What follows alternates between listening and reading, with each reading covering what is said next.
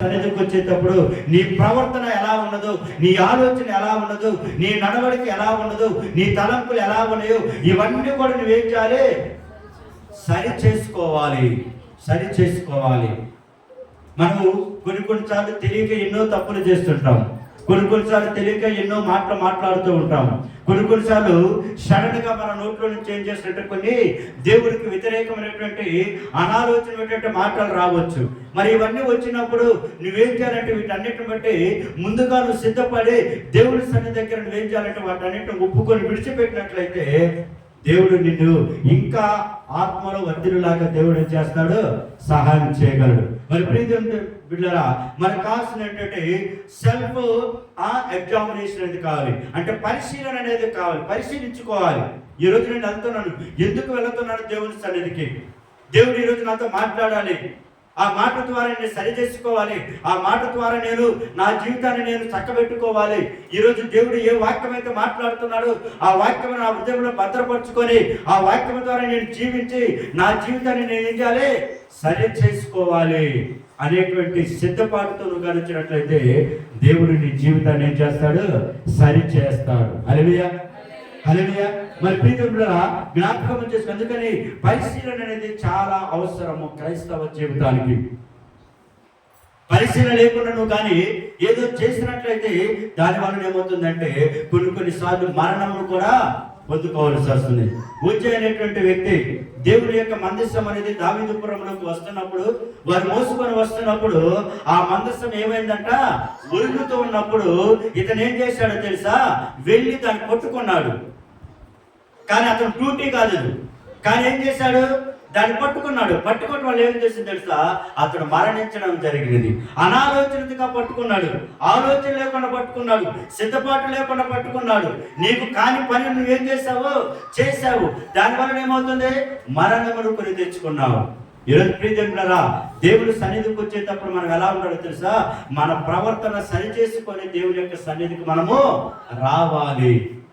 అభిజయ్ కూడా అలా సిద్ధపాటు లేకుండా ఏదో అందరూ మందస్సంతో వస్తున్నారులే అని అందరితో కలిసి వస్తున్నాడు. కానీ అతను డ్యూటీ మర్చిపోయి ఏం చేశాడు?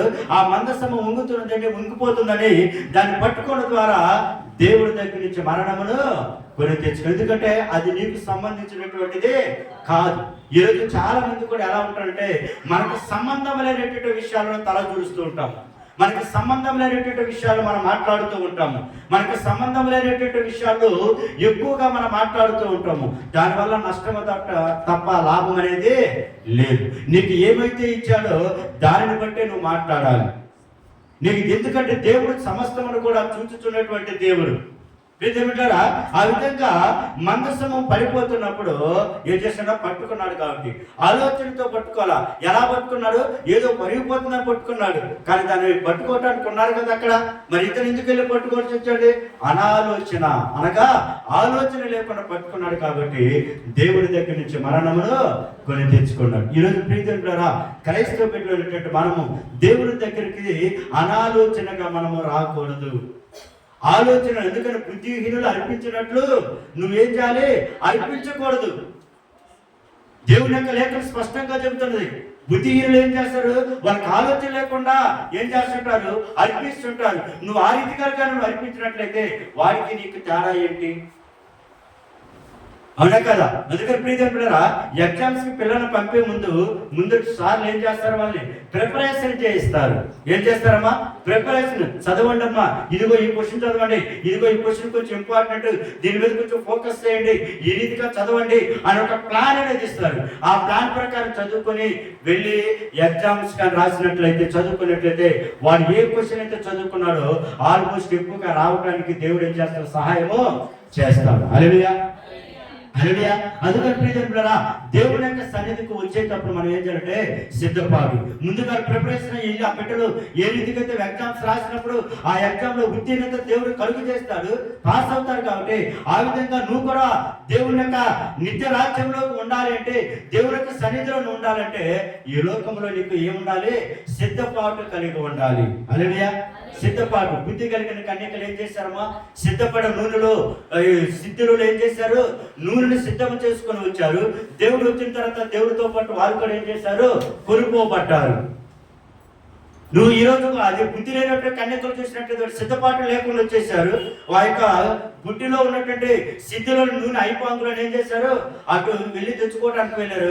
ఈ రోజు దేవుడు వచ్చాడు, సిద్ధపడిన వారిని ఏమో తీసుకెళ్ళాడు, సిద్ధపాటు లేని వారిని ఏం చేశాడు, ఇక్కడే విడిచిపెట్టారు. రేపు ప్రియదేవులారా, దేవుడు వచ్చినప్పుడు కూడా పరిస్థితి ఎలాగనే ఉంటుంది. సిద్ధపడిన వారు తనతో వెంట తీసుకెళ్తాడు, సిద్ధపాటు లేని వారిని ఏం చేస్తాడు, ఇక్కడే విడిచిపెట్టి వెళతాడు. మరి ఆ రీతిగా దేవుడి యొక్క సన్నిధికి మనం వచ్చేటప్పుడు మనం ఏమి కలిగి ఉండాలంటే సిద్ధపాటు కలిగి ఉండాలి. ఏం కలిగి ఉండాలమ్మా? సిద్ధపాటు కలిగి ఉండాలి. ప్రార్థనతో సిద్ధపడి రావాలి, ప్రార్థన చేసుకోవాలి. ఈ రోజు దేవుడి యొక్క రక్తంలో శరీరంలో నేను పాలిభాగస్తులు అవుతున్నాను కనుక ప్రభు కలిసినటువంటి మొట్టమొదటి పునరుద్ధార కూడిక నుండి ఇదిగో ఈ పునరుద్ధార కూడి వరకు నేను ఎలా తిరిగాను, ఎలా నడుచుకున్నాడు, ఎలా నా ఆలోచనని వీటన్నిటిని బట్టి ప్రభా నాకున్న దోషాన్ని నువ్వు ఏం చేయాలి, కడిగి వేయండి. నాకున్న దోషాన్ని నువ్వేం చేయాలి, కడిగి వేయండి. నాకున్నటువంటి అపవిత్రతను ఏం చేయాలి, కడిగి వేయమని దావీదు ఏ రీతిగా అడిగాడో మనం కూడా ప్రభు యొక్క పాద సన్నిధిలో ఏం చేయాలి, అడగాలి. అలా అడగకుండా, అలా సిద్ధపడకుండా నువ్వు కానీ ప్రభు యొక్క రక్తంలో శరీరంలో పాలిభాగస్తులు అయితే కొందరు రోగస్తులు అవుతారు, కొందరు ఏమవుతారు, నిద్రించెదరు అని అంటున్నారు. అందుకని దేవుడి యొక్క సన్నిధికి వచ్చేటప్పుడు మనం ఎలా రాకూడదు, అనాలోచనగా రాకూడదు. అందుకని దాని కింద వచనంలో కూడా చూడండి, నీవు దేవుడి సన్నిధిలో అనాలోచనగా పలుకుటకు నీ హృదయమును తరపడనివ్వక నీ నోటిని నువ్వేం చేయాలి, కాచుకుమ్ము. నోటిని మనం ఎప్పుడు కూడా కాచుకోవాలి. దేవుడిని ఎప్పుడు దేవుడు మన నోటిని ఏం చేయాలమ్మా, కాచుకొని. అనాలోచనతో మాట్లాడకూడదు, ఆలోచన కలిగి మాట్లాడాలి, నిదానించి మాట్లాడాలి. తొందరపడినటువంటి మాటల్లో ఏముంటుందమ్మా, దోషం ఉండక మానదు అంటున్నారు. కొంతమంది మాట్లాడుతుంటారు, అవతల వాడు చెప్పేది కూడా వినిపించడు. అవునా, వాడు ఇష్టం వచ్చినట్టు మాట్లాడుతాడు. అరే నేను ఒక మాట చెబుతాను వినరాన్నా కూడా వాడు వినడు, వాడు చెప్పిందే వేదం. అందుకని అలా మాట్లాడుతూ ఏదో ఒక సెకండ్లో వాడు ఏం చేస్తాడు, తప్పుని మాట్లాడేస్తాడు. అందుకని ప్రియదేవులారా, దేవుని యొక్క వాక్యం ఏమని సెలవిస్తుందంటే నీవు దేవుని సన్నిధి అనాలోచనగా పలుకుట మానాలి. దేవుని సన్నిధికి వచ్చినప్పుడు మనకు అన్ని ఆలోచనలు వస్తుంటాయి. ఇంటికాడ ఉన్నప్పుడు మాత్రం ఏ ఆలోచన రావు. ఇంటి దగ్గర ఉన్నప్పుడు మాత్రం మనకి ఆ కుటుంబం గురించి ఆలోచన రావు, కుటుంబం గురించి, బిడ్డల గురించి ఆలోచన రావు, పనుల గురించి మనకు ఆలోచన రావు. దేవుడి సన్నిధిలోకి వచ్చి కూర్చున్న దగ్గర నుంచి మొదలు పెడతాము. నా బిడ్డల పరిస్థితి ఎలా ఉంటుంది, నా పని పరిస్థితులు ఎలా ఉన్నాయి, ఆ ఇంటి దగ్గర ఏం జరుగుతుందో, ఆ పక్కన వాళ్ళు ఏం చేస్తున్నారు, పక్కన వాళ్ళు ఎలాంటివి కట్టుకొని ఉన్నారు, వాళ్ళు ఏం చేస్తున్నారు, ఇలాంటి ఆలోచనతో నువ్వు కూర్చొని ఉంటావు. కానీ దేవుని యొక్క సన్నిధిలో నిశ్చితగా కూర్చునేటువంటి వారు ఈ రోజులో చాలా మంది తక్కువ. ఒకసారి మనం ఆలోచన చేద్దాం. ఎక్కడికి వచ్చిన తర్వాత మనకు అన్ని ఆలోచనలు వస్తూ ఉంటాయి. ఇవన్నీ ఆలోచన చేస్తూ నువ్వు దేవుని యొక్క లేఖనం నువ్వేం చేస్తావు, నీ ఆలోచన డైవర్ట్ అయిపోతుంది, నీ ఆలోచన పక్కకి వెళ్ళిపోతుంది. నువ్వు ఎంత విన్నా కానీ ఏం చేస్తావు, నువ్వేం విన్నావో నీకేమి కూడా అర్థం కాదు. ఎందుకో తెలుసా, నీ ఆలోచన దేవుని సన్నిధిలో లేదు. నీ ఆలోచన ఎక్కడుంది, బయట ఉన్నది. నీ ఆలోచన ఎక్కడుంది, నీ ధనం మీద ఉండొచ్చు. నీ ఆలోచన ఎక్కడుంది, నీ బంధువుల దగ్గర ఉండొచ్చు. నీ ఆలోచన ఎక్కడుంది, నువ్వు చేయించే పనుల దగ్గర ఉండొచ్చు. నీ ఆలోచన ఎక్కడుంది, నీ బిడ్డల మీద ఉండొచ్చు. లేదా నీ ఆలోచన ఎక్కడుంది, నీ ఫ్రెండ్ దగ్గర ఉండొచ్చు. కానీ దేవుని సన్నిధిలో కూర్చున్నావా కానీ నీ ఆలోచన అంతా కూడా ఏడుంది, బయట తిరుగుతుంది. ఎక్కడ తిరుగుతుందమ్మా, బయట తిరుగుతుంది. అందుకని దేవుని సన్నిధికి వచ్చినప్పుడు మన ఆలోచన ఎక్కడ ఉండాలి తెలుసా, ఎక్కడే ఉండాలి. ఎక్కడ ఉన్నప్పుడు దేవుడు నీతో సూటిగా మాట్లాడతాడు, స్పష్టంగా మాట్లాడతాడు. మరి దేవుని సన్నిధికి వచ్చేటప్పుడు నువ్వేం కలిగి రావాలి, సిద్ధపాటు కలిగి రావాలి. ఆ సిద్ధపాటు నువ్వు ఎప్పుడైతే కలిగి వస్తావో అప్పుడు దేవుడు ఏం చేస్తాడో నీతో మాట్లాడతాడు. ప్రియ దేవుడులారా, అందుకని ఉజ్జయినిగా మనం చూశాడు కదా, అనాలోచనతో చేశాడు కనుక ఏమొచ్చింది, అతనికి మరణము వచ్చిందమ్మా. ఏమొచ్చింది, మరణం. ఇంకొక సందర్భంలో ఐదు అనేటువంటి వ్యక్తి ఉన్నాడు. ఇతడు కూడా ఏం చేశాడంటే దేవుని సన్నిధికి వచ్చాడు. అయితే పౌలు గారు ప్రసంగిస్తున్నప్పుడు బాగా వింటూనే ఉన్నాడు. ఐదుకు ఎవరమ్మందరం, ఐదుకు అనేటువంటి వ్యక్తి ఏం చేశాడంటే ఆయన కూడా ఒక దేవుని సన్నిధిలోకి వచ్చిన మందిరంపై దేవుని సన్నిధిలోకి వచ్చినప్పుడు పౌలు గారి యొక్క వాక్యం చెబుతుంటే ఏం చేశాడు, ఆ కిటికీ దగ్గర కూర్చొని ఏం చేస్తున్నాడంటే ఆయన నిద్రపోతున్నాడంట. మందిరంలోకి వచ్చినప్పుడు కిటికీలు ఉంటాయి కదా, ఓకేనా, కిటికీలు ఉంటాయి, లేదా మందిరంలోకి వచ్చేటప్పుడు ఫస్ట్ మనం ఏం చేస్తామంటే దేవుని యొక్క బలిపీఠం చూడము. ఏం చేస్తాము? పైన చూస్తాం. ఎందుకు? ఎక్కడ ఫ్యాన్ తిరుగుతుందా ఫ్యాన్ కింద కూర్చోవాలి, ఎక్కడ కుర్చీలు ఉన్నాయా కుర్చీల దగ్గర కూర్చోవాలని. దేవుడి సన్నిధికి వచ్చేటప్పుడు దేవుడి సన్నిధిలోనే మనం ఉండాలి. అందుకని ప్రియమైనరా, అనాలోచనతో ఈడొచ్చాడు, ఐదుకి వచ్చాడు, ఎక్కడికి వచ్చాడు? దేవుడి సన్నిధిలోకి వచ్చాడు. బట్ ఎక్కడ కూర్చున్నాడు? కిటికీ దగ్గర కూర్చొని ఏం చేస్తున్నాడు? నిద్రపోతున్నాడు. నిద్రపోయి ఏం చేశాడంటే ఆ కిటికీ నుంచి ఏం చేశాడంటే కింద పడి చచ్చిపోయాడు. ఏవాడు? కింద పడి చచ్చిపోయాడు. వచ్చాడు, సిద్ధపాటు లేకుండా వచ్చాడు. వచ్చి కిటికీ దగ్గర కూర్చొని ఏం చేశాడు? నిద్రపోయాడు. ఆ నిద్రపోతూ ఆ కిటికీ నుంచి జారి ఏం చేశాడు? కింద పడ్డాడు. అయితే పౌలు గారు వెళ్ళి ఆ బిడ్డను ఏం చేశాడు? ప్రార్థించి దేవుని నామమున ప్రార్థించి మరలా తిరిగి ఏం చేశాడు? ఆ బిడ్డను బ్రతికించాడు. ప్రియమైనరా, అనాలోచనతో వస్తే జరిగేటువంటి పరిణామాలు ఇవే. దేవుడి సన్నిధిలో అనాలోచితంగా ఉంటే దేవుని యొక్క వాక్యం నీ హృదయంలోకి వెళ్ళదు, నీ జీవితం ఫలింప కాదు. మరి దేవుడు నీ జీవితాన్ని ఫలింప చేయాలంటే దేవుని యొక్క వాక్యాన్ని నువ్వు హృదయంలోకి ఏం చేయాలి? స్వీకరించుకోవాలి, హృదయంలోకి చేర్చుకోవాలి. మరి దేవుడి సన్నిధికి వచ్చినప్పుడు నీ మనసు అంతా కూడా దేవుని యొక్క వాక్యం మీదనే ఉండాలి. అందుకని దేవుని యొక్క సన్నిధికి వచ్చినప్పుడు, నువ్వు మందిరంలోకి వచ్చినప్పుడు నీ ప్రవర్తన ఎలా ఉన్నదో ఏం చెప్పన్నాడు? సరి చేసుకోమన్నాడు. ఎలా ఉన్నదో సరి చేసుకోవాలి. అలా సరి చేసుకోకపోతే ఎన్నో ప్రమాదాలు ఉంటాయి. అనాలోచనతో కూడా ఉండకూడదని దేవుని యొక్క మాటలు సెలవిస్తున్నాయి. అందుకని నువ్వు దేవుని సన్నిధిలో ఎలా ఉండకూడదమ్మా? అనాలోచనగా ఉండకూడదు. అంటే ఆలోచన లేకుండా నువ్వు కూర్చోకూడదు. ఒక ఉద్దేశంతో దేవుని సన్నిధిలో కూర్చోవాలి.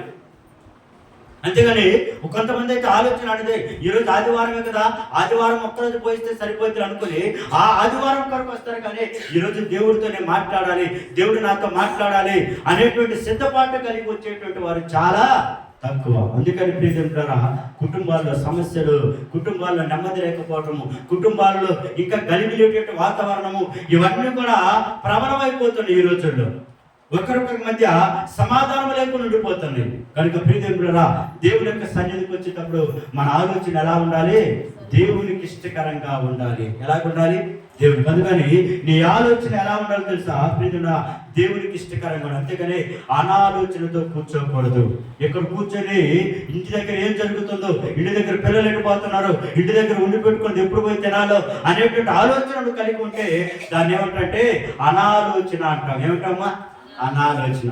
కొంతమంది అంటాం, ఒకవేళ వచ్చేటప్పుడు ఏదన్నా నువ్వు సిద్ధపాటు లేకుండా వచ్చి కూర్చుంటే ఎక్కడికొచ్చి కూర్చున్న దగ్గర నుంచి ఎప్పుడెప్పుడు ఇంటికి పోదామా, ఎప్పుడెప్పుడు ఆ సమస్యను పరిష్కరించుకుందాం అనేటువంటి ఆలోచన ఉంటారు. కానీ నీకు మనసు స్థిమితముగా ఉండదు, మనసు నిలకడగా ఉండదు. మరి మనసు నిలకడగా ఉండాలంటే నువ్వు ముందుగా వచ్చేటప్పుడు ఏమై రావాలి? సిద్ధపడి రావాలి. సిద్ధపడితే నీ మనసును కూడా దేవుడి సన్నిధిలో ఏం చేస్తాడు? సిద్ధంగా ఉండేటట్టుగా చేస్తాడు. ప్రతి ఒక్క మాటను నీ చెవులోకి వినేటట్టుగా దేవుడు ఏం చేస్తాడు? సహాయం చేస్తాడు. అందుకని కొంతమందికి వాక్యం వినడానికి ఎలా ఉందంటే చిరాకు అనిపిస్తూ ఉంటుంది. చిరాకు ఎందుకు అనిపిస్తుంది తెలుసా? నువ్వు ఆల్రెడీ ప్రిపరేషన్లో రాలా. కొంతమంది చదవడానికి చిరాకు అనిపించింది, ఎందుకంటే నువ్వు చదవాలని ఆలోచనతో వస్తే నువ్వు చదవాలనేది నీకు వస్తుంది మనసు. నువ్వు ఆలోచనతో రాకుండా వచ్చి వరకు కూర్చుంటే మేము ఎంత చదవమన్నా నువ్వు చదవు. అందుకని ప్రియమిత్రులారా, దేవుడి యొక్క వాక్యం నువ్వు స్వీకరించుకోవాలంటే, దేవుడి యొక్క వాక్యం నీ హృదయంలోకి వెళ్ళాలంటే నువ్వు ముందుగా దేవుడి దగ్గర సిద్ధపాటు రావాలి. ఇంటి దగ్గర సిద్ధపడాలి. ప్రభా, ఈరోజు నాతో మాట్లాడయ్యా, నీ వాక్యం ద్వారా నా జీవితాన్ని నేను సరి చేసుకొని నీకు ఇష్టకరమైన బ్రతకటానికి నాకు సహాయం దయచేయమని నువ్వేం చేయాలి? అడగాలి. అందుకని సిద్ధపాటు అనేది కావాలి ప్రియను. ఆ విధంగా అక్కడ ఉంది. అయితే ఇప్పుడు ఆలోచన మనం చూసినట్టయితే వారి మనసు ఎలా ఉంటుందో తెలుసా? సగమేమో బయట, సగమేమో లోపల. ఇక్కడ ఐదు కూడా అదే పరిస్థితి. నిద్ర ఉంది, వచ్చాడు, అక్కడికి వచ్చాడు, దేవుడి సన్నిధిలోకి వచ్చాడు, కిటికీ దగ్గర కూర్చున్నాడు. ఓకేనా? కూర్చొని నిద్రిస్తున్నాడు. ఎలా ఉంది తెలుసా? సగం పాడేమో దేవుని ఆలయంలో ఉంది, సగం పాడి ఎలా ఉంటుందో తెలుసా? ఆ కిటికీలో నుంచి వచ్చే చల్ల గాలి సగం పాడి ఆహ్వానిస్తుంది. ఆ చల్ల గాలికి ఏమవుతాడు? వాడు నిద్రపోతాడు. నిద్రపోయిన తర్వాత వాడికి ఇంకా మైండ్ పనిచేయదు కదా, వాడికి ఎక్కడ ఉంటాడో వాడికే తెలియదు. అందుకని సగము బయట, సగమేమో లోపల. అందుకని దేవుని యొక్క వాక్యం అంటుంది, మీరు ద్విమనస్కులు అయి ఉండొద్దు అంటున్నాడు. ద్విమనస్కులు అనగా రెండు మనసులు కలిగి ఉండకూడదు. ఉంటే అటు లోకంలోనే రెండు, లేదా ఉంటే ఇటు దేవుళ్ళలోనైనా ఉండు. అంతేగాని సగం దేవుళ్ళలో ఉంటాను, సగము లోకంలో లోకంలో ఉంటానంటే కుదరదు. యజమానికి దాసుడు ఒకడే కదమ్మా, అవును కదా. సో ఇద్దరు ఉండలేరు కదా. యజమానుడు ఎవరైనా కూడా ప్రేమిస్తే ఒక్కనే ప్రేమిస్తాడు, ఇద్దరిని ప్రేమించడం అనేది సామాన్యమైనటువంటి పని కాదు, అవునా కదా.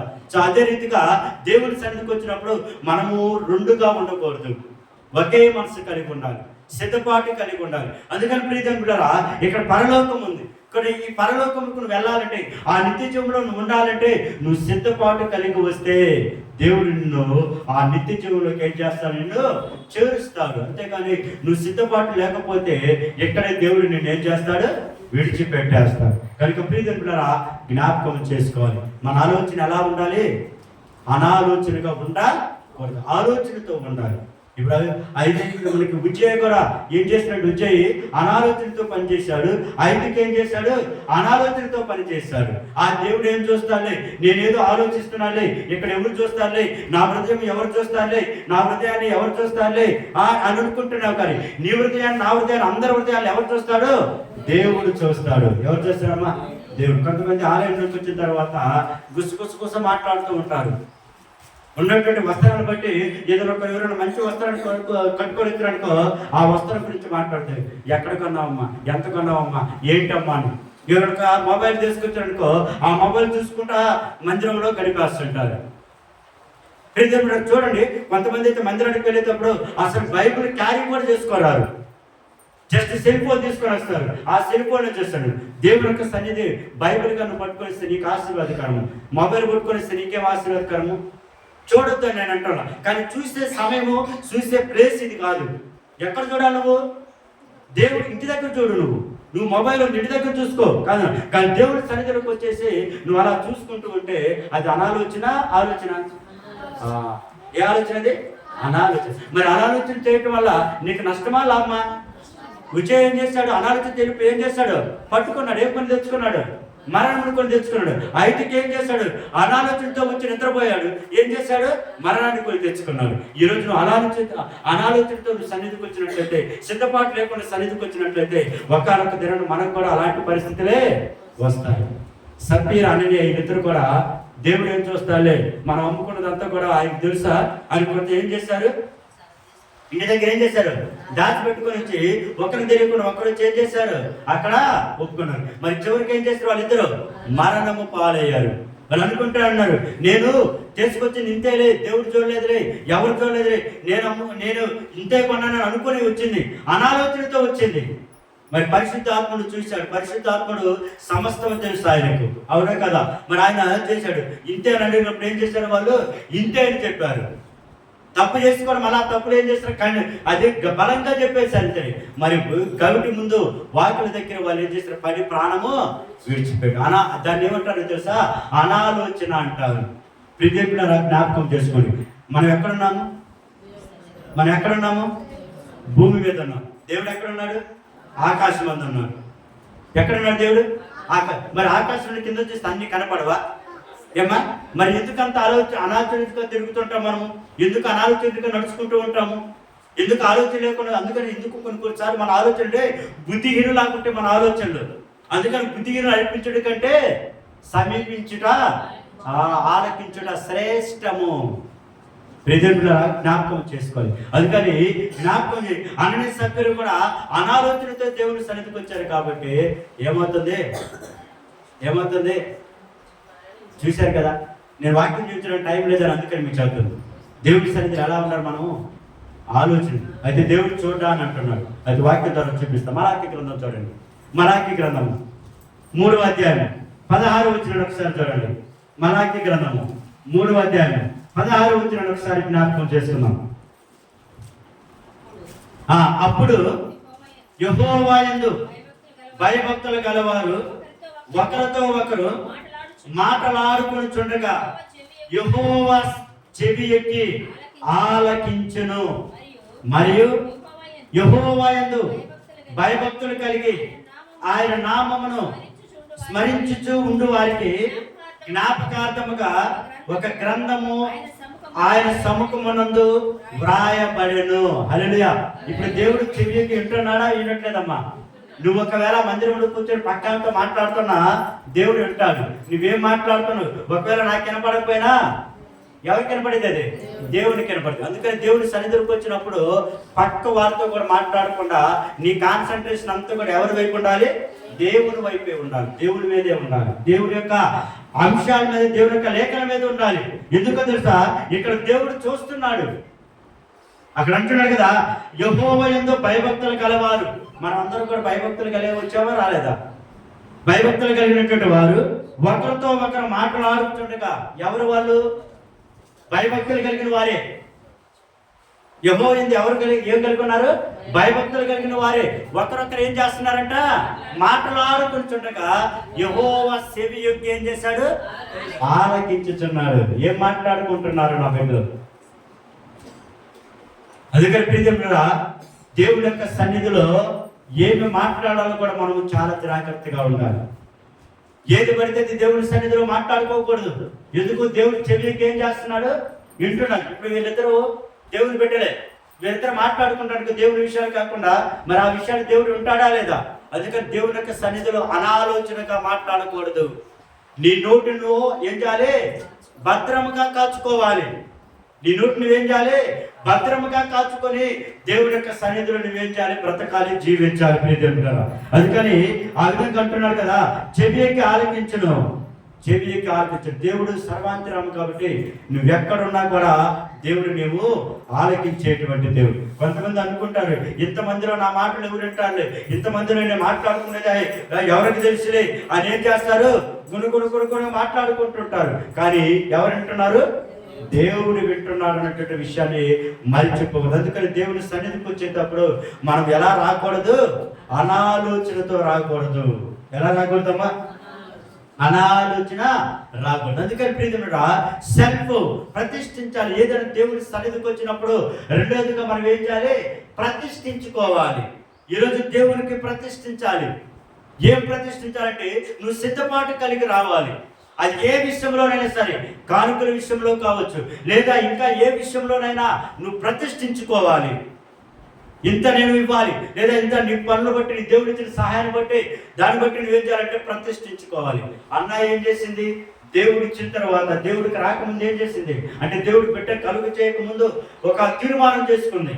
తీర్మానం చేసుకుని, నువ్వు కానీ నాకు మగ బిడ్డను కానీ ఇచ్చినట్లయితే ఈ బిడ్డని నీకేం చేస్తాను? ప్రతిష్ఠిస్తానని చెప్పింది. మరి దేవుడు ఏం ఇచ్చాడు? ఇచ్చాడా లేదా? ఇచ్చిన తర్వాత ఏం చేసింది? తీసుకెళ్ళి దేవుని సన్నిధిలో ఏం చేసింది? దేవునికి ప్రతిష్ఠింది. మరి దేవుడు ఆ బిడ్డను విడిచిపెట్టాడా? విడిచిపెట్టక ఆ బిడ్డను ఒక ప్రవక్తగా దేవుడు ఏం చేశాడు? మార్చాడు. హల్లెలూయా, హల్లెలూయా. అందుకని దేవుని బిడ్డలారా జ్ఞాపకం చేయండి, దేవుని యొక్క సన్నిధికి నువ్వేమన్నాడు? సిద్ధపడి ఉండాలి. దేవుని సన్నిధిలో నువ్వు ఎలాగుండంటే పరిశీలన చేసుకొని ఉండాలి, ప్రతిష్ఠించుకొని ఉండాలి. ఏం చేయాలమ్మా? ప్రతిష్ఠించుకోవాలి. అందుకని ఏదో వచ్చాము వెళ్ళిపోయాము అనేటువంటి ఆలోచనతో మనము ఒక మాట అడుగుతాను. మనము దేవుడి సన్నిధిలో కానుకలు వేస్తున్నాం. కానుకలు వేసే ముందు అసలు ఈ కానుకలు ఎందుకు వేస్తున్నామా అనేటువంటి ఆలోచన చేశారా? ఏదో ఆదివారము పాస్టర్ గారు అనౌన్స్ చేస్తాడు, పాట పాడతారు, ఒక వ్యక్తి వచ్చేసి ఆ కానుకలు పెట్టి మన ముందుకు తీసుకొస్తారు. తీసుకొచ్చి ఎంతో కొంత వేయాలి కాబట్టి ఏం చేస్తున్నాము? వేస్తున్నాము. ఇది ఒక సాంప్రదాయం. అవునా కాదమ్మా? ఎక్కువ ఇలాగనే ఉంటుంది. కానీ మనం ఆలోచన చేయాలి. ఏదంటే ప్రతిష్ఠించేటప్పుడు, ఏదంటే చేసేటప్పుడు, ఇదిగో ప్రభా నీవు ఇచ్చిన దాంట్లో ఉన్నట్టు దాన్ని బట్టి ఇదిగో వేస్తున్నాను, దీన్ని నువ్వు ఆశీర్వదించు, దీవించంటే దేవుడు ఏం చేస్తాడు? ఆశీర్వదిస్తాడా లేదా? అందుకని ప్రతిష్ఠించుకోవాలి. ప్రియదేవుడా, తీర్మానం చేసుకోవాలి. ఇదిగో దేవుడు నాకు ఈ పని ఇచ్చాడు, ఈ పనిలో నాకు ఇంత వస్తుంది కనుక ప్రథమ ఫలము నేను మొదటిగా ఎవరికి ఇవ్వాలి? దేవునికి ఇవ్వాలనేది నువ్వు సిద్ధపాటు కలిగి ఉండాలి. అందుకని ప్రియదేవుడా, ఆ ప్రథమ ఫలము అనగా దేవుడు నీకు ఇచ్చినటువంటి ఆ యొక్క పనిలో మొట్టమొదటిసారిగా నీకు ఏదైతే దేవుడు ఇచ్చాడో ఆ ఇచ్చిన దాంట్లో నుంచి నువ్వు దేవునికి ఏం చేయాలి? ప్రథమ ఫలముగా తీసుకొని రావాలి. మరి ఎలా ఉంది ఈరోజు? మన పరిస్థితులు ఎలా ఉంది, మనం ఏ రీతిగా ఉన్నాము, దేవుని సన్నిధిలో ప్రతిష్ఠితగా ఉంటున్నామా, దేవుని సన్నిధిలో మనం పరిశీలనగా ఉంటున్నామా, దేవుని యొక్క సన్నిధిలో మనము ప్రథమ ఫలముగా ఉంటున్నామా, ఎలా ఉంటున్నాం అనేది ఆలోచించాలి. మన అన్ని అవసరాలు వాడుకున్న తర్వాత, అన్ని అవసరాలు తీరిన తర్వాత చివరిగా తీసుకొచ్చి ఏం చేస్తారు, దేవుని సన్నిధిలో వేస్తారు. అది కూడా ఎంత వేస్తారు ఏంటనేది నీకు నీ దేవునికి మాత్రమే తెలుసు. అయితే ప్రియదేవులారా, ఇక నేను ఎందుకు ఈ మాట చెప్తానంటే, సిద్ధపాటు కలిగి ఉండాలి. దేవుడి సన్నిధిలో అనాలోచితులుగా ఉండకూడదు. దేవుడి సన్నిధికి వచ్చేటప్పుడు ఏదో నామకాస్తున్నటువంటి వ్యక్తిగా నువ్వు రాకూడదు. వచ్చి కూర్చున్నప్పుడు దేవుని యొక్క ఫలాన్ని పొందుకొని వెళ్ళాలి, కానీ విడిచిపెట్టేటువంటి వారిగా నువ్వు ఉండకూడదు. దేవుడు నిన్ను ఆశీర్వదించడానికి దేవుడు తన సమస్తను విడిచిపెట్టి ఏం చేశాడు, ఇక్కడికి వచ్చాడు. ఒక రిక్తునిగా వచ్చాడు. ఎందుకు వచ్చాడు తెలుసా?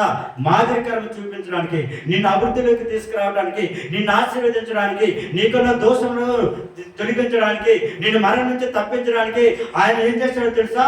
రిక్తునిగా ఈ లోకానికి వచ్చేసి నీ కొరకు నా కొరకు మనందరి కొరకు ఏం చేసి శ్రమ పొందాను.